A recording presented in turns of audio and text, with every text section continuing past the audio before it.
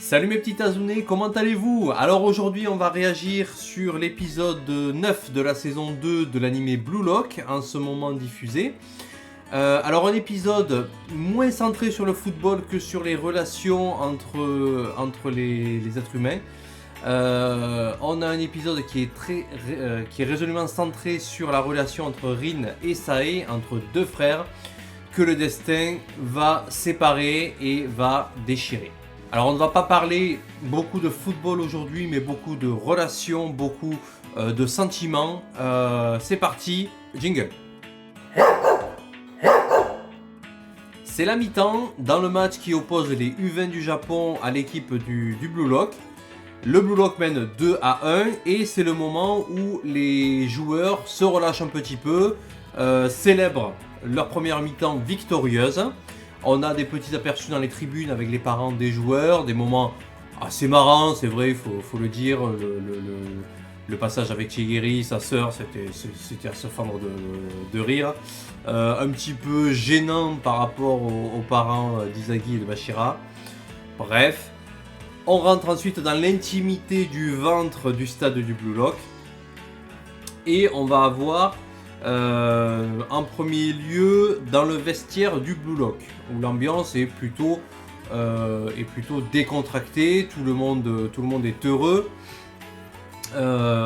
Mais Ego vient là pour recadrer tous les joueurs et leur dire: vous avez fait une bonne première mi-temps, tout ce qu'on avait préparé, ça n'a pas marché, et vous avez su vous surpasser, vous avez su dépasser vos propres possibilités pour arriver à mener à la mi-temps. L'effet de surprise n'aura donc plus lieu en deuxième mi-temps, où Ego leur prévoit l'enfer, avec des retournements de situation très certainement. Toujours est-il que dans l'immédiat, Ego ne souhaite pas procéder à des changements ou garder la même formation.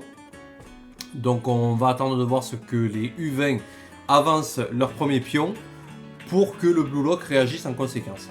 Changer de formation, faire rentrer des remplaçants. Ego va en profiter également pour disséquer la relation sur le terrain entre Izagi et Rin, de savoir pourquoi est-ce que ce duo fonctionne alors que ce sont deux individualités fortes.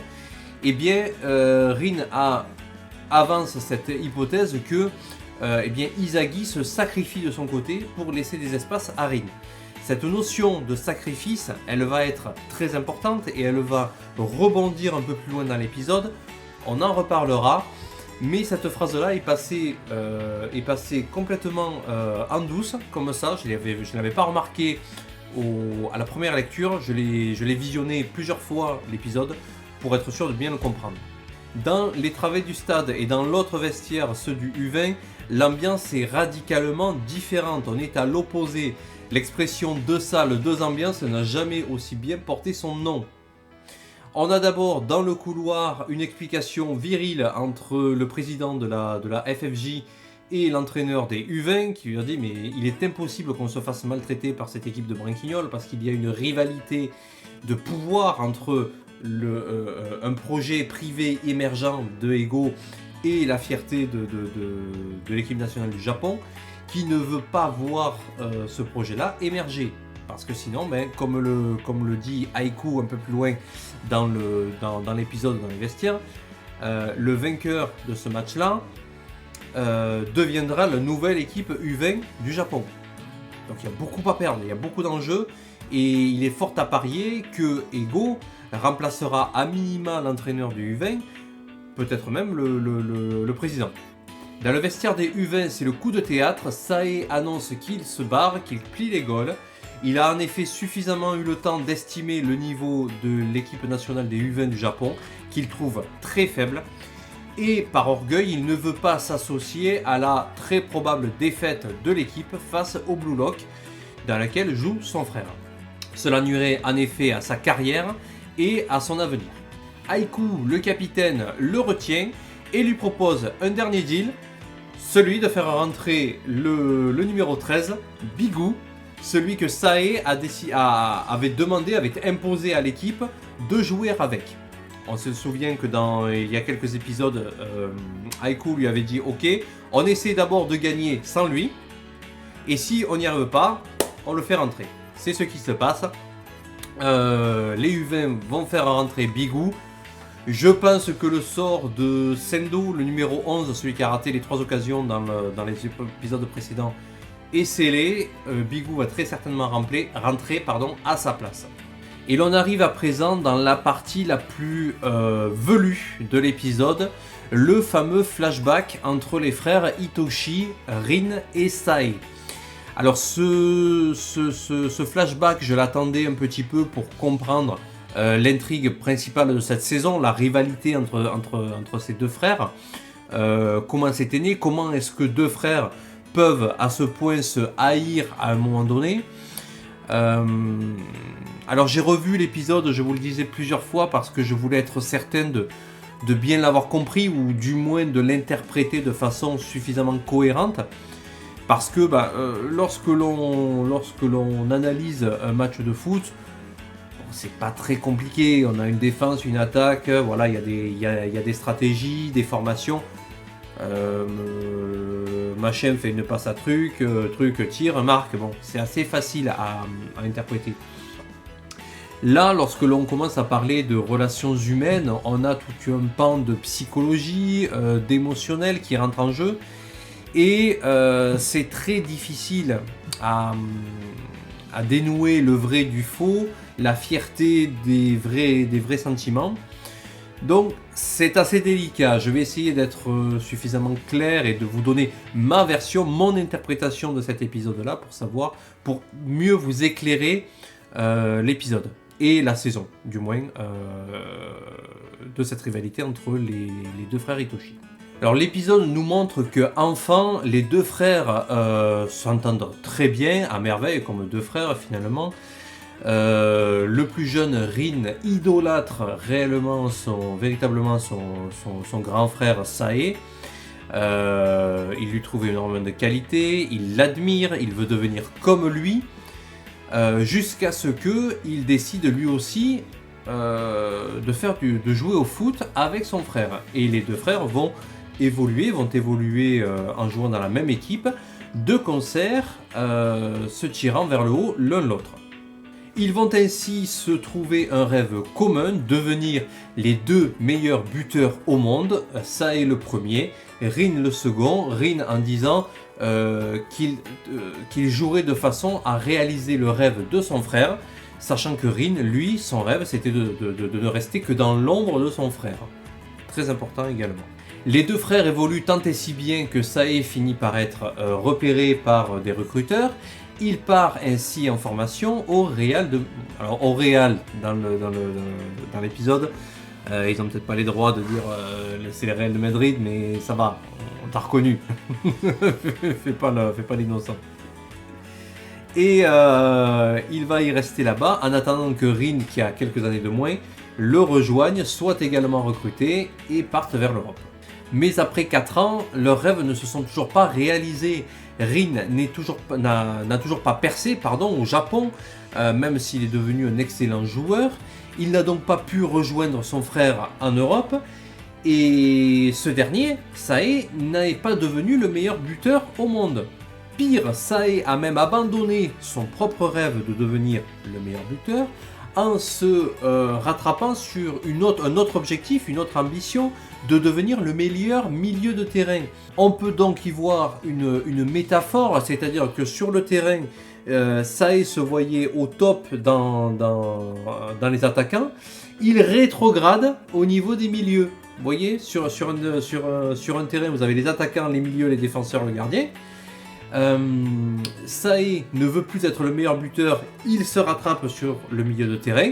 Bon, si tu regardes sur un terrain, les milieux de terrain sont derrière les attaquants. Il s'est rendu compte qu'il y avait trop de concurrence à ces postes-là et il n'a pas réussi à intégrer le top mondial, même au Real de Madrid.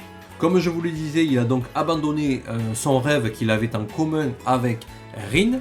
Et si j'ai bien compris l'épisode, vous me le dites en commentaire si ce que vous avez compris de cet épisode si vous le souhaitez.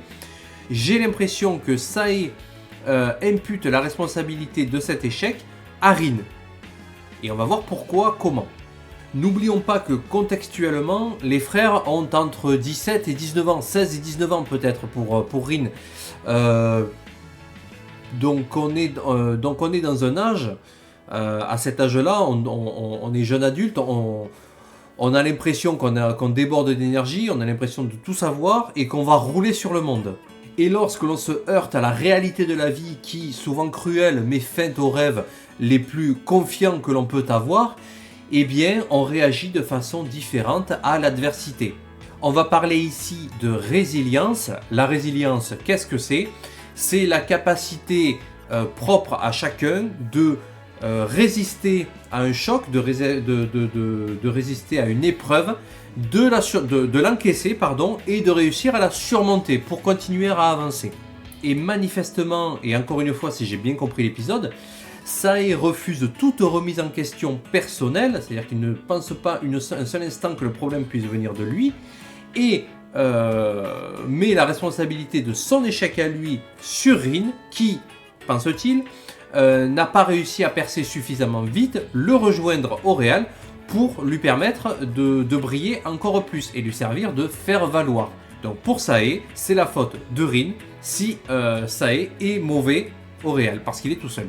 Sae a alors une réaction épidermique, une réaction plutôt très agressive, c'est-à-dire qu'il va couper les ponts avec un frère qui lui est devenu inutile, qui lui a obligé à sacrifier son rêve et qui ne peut plus lui apporter quoi que ce soit. Il lui en veut terriblement, alors il lui en veut oui, peut-être également y a-t-il un sentiment de jalousie face à un frère qui ne demandait pas grand-chose et qui pourtant avait toutes les qualités pour réussir et qui avait même cette chance insolente. C'est le fameux dans les flashbacks, la scène où on voit les deux gamins qui mangent leur bâtonnet de glace. Sae, il s'en fout de gagner. Rin, il s'en fout de gagner. Mais c'est toujours lui qui a la petite récompense sur son bâton. Et Rin s'en fout. Lui, tout ce qu'il veut, c'est être avec son frère et jouer. Tant pis s'il réussit, c'est pas son objectif premier. Et Sae, à côté, le voit. Il se dit, mais putain, il a toujours un bol pas possible. Moi, jamais. Alors, il s'en fout à l'âge où ils ont. Sae se moque que Rin ait des petites récompenses comme ça. Mais il trouve injuste que Rin continue à avoir de la chance et que lui, Sae, n'a pas réussi à percer, n'ait pas eu un petit peu de chance, alors qu'il ne demandait que ça. Sae envie peut-être également son frère parce que Rin n'a pas encore connu l'échec. Et ça génère chez Sae de la frustration. Autre chose, lorsque l'on voit Rin se défendre d'être devenu le meilleur buteur au Japon et d'avoir essayé sans succès de trouver un remplaçant à son frère Sae pour former un binôme, un cocktail explosif. On voit Sae lui rironner, lui dire j'ai envie de vomir, ça me donne envie de vomir. L'explication pourrait peut-être être la suivante. Peut-être est-ce que parce que Sae a déjà expérimenté cette voie de devenir le meilleur au Japon pour ensuite essayer de percer ailleurs en essayant de trouver de son côté un remplaçant à son frère Rin, mais qu'il n'y est pas arrivé, lui a connu l'échec. Et il se dit en substance, toi tu fais la même chose derrière moi, tu vas te planter aussi, tu risques très fortement de te planter, ça ne me plaît pas, tu me dégoûtes. Et si l'on rapproche maintenant la phrase que Sae dit à Rin pendant le match, tant que tu te verras comme mon petit frère, tu n'évolueras pas, c'est-à-dire en sous-texte, tant que tu continueras à suivre mes traces, à suivre mes pas et à ne pas t'émanciper, tu suivras ma voie, une voie d'échec. Et ça, je ne le veux pas. Vous voyez ce que je veux dire? Et donc, il y a peut-être une part de bienveillance envers son petit frère pour dire, ne fais pas les mêmes conneries que moi. Mais il lui dit de façon très abrupte, très brutale et très maladroite. Et on a peut-être également l'explication du pourquoi Sae est allé chercher Bigou. Parce qu'il se cherche un crétin qui pourra le faire briller encore plus. Il est dans sa logique jusqu'au boutiste. Je suis dans cette voie-là, je vais y aller à fond. Il me faut trouver un remplaçant à Rin. Bigou sera parfait pour ça. Il me fera briller en tant que milieu de terrain grâce à mes passes qui feront marquer Bigou. De son côté, Rin ne comprend pas. La pilule ne passe pas du tout, il idolâtre son frère, il le voit comme une personne gentille, prévenante, comme un exemple à suivre. Et le fait que son rêve à lui, son propre rêve, Rin, de devenir second derrière son frère, il s'en fout, Rin, d'être second, d'être dans l'ombre de son frère, si son frère est heureux. Il s'en fout, c'est une personne altruiste, à la base. Mais de voir son propre rêve brisé, non pas par sa faute, mais parce que son frère a décidé de changer de plan, il ne le supporte pas. Et il est quelque part très certainement déçu de voir que son grand frère, qui a toujours été quelqu'un de droit et de vaillant, abandonne comme ça aussi lâchement. Abandonné et laissé pour compte, Rin va alors s'enfoncer dans une logique plus égoïste et va vouloir montrer à son frère que lui est capable de le supplanter là où lui a échoué. Et c'est là où on a le parallèle avec ce qui s'est passé dans le vestiaire du Blue Lock. Est-ce que Rin va sacrifier Izagi, va le sacrifier en tant que faire-valoir, comme Sae l'a fait avec Rin? Est-ce que Rin va rester égoïste et briser le rêve d'Izagi, son coéquipier, ou bien va-t-il changer, revenir vers la lumière? S'il faut reprendre une référence à Star Wars, va-t-il revenir vers... Et pouce bleu si tu as la ref. Va-t-il revenir vers la lumière et jouer en équipe avec son binôme Izagi, de façon à se tirer les deux vers le haut? On va le voir. Le match va reprendre, on va assister à la rentrée, au remplacement de Bigou. Qui va-t-il remplacer? Je mets une pièce sur le numéro 11, c'est sûr et certain.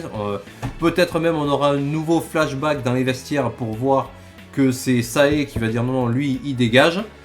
Alors Sae, il a un antécédent violent avec Rin, ce qui va être très intéressant, ça va pimenter un peu le jeu. On n'a pas vu de coups francs, trop de cartons, des choses comme ça. Peut-être qu'on va y assister dans cette seconde mi-temps, des coups de pied arrêtés, ça pourrait être très intéressant également, des combinaisons, des choses comme ça. Est-ce que Rin va prendre le dessus sur Sae? Est-ce qu'il va lui montrer qu'il ne se considère plus comme son petit frère et va choisir une voie d'émancipation? Va-t-il reconquérir son frère? Va-t-il y avoir réconciliation entre les deux frères? Alors moi je verrais bien une sorte d'action où Rin prendrait le dessus une fois, deux fois sur Sae, techniquement, balle au pied, filerait au but, marquerait sur une action individuelle extraordinaire, et suite à une altercation avec Bigou,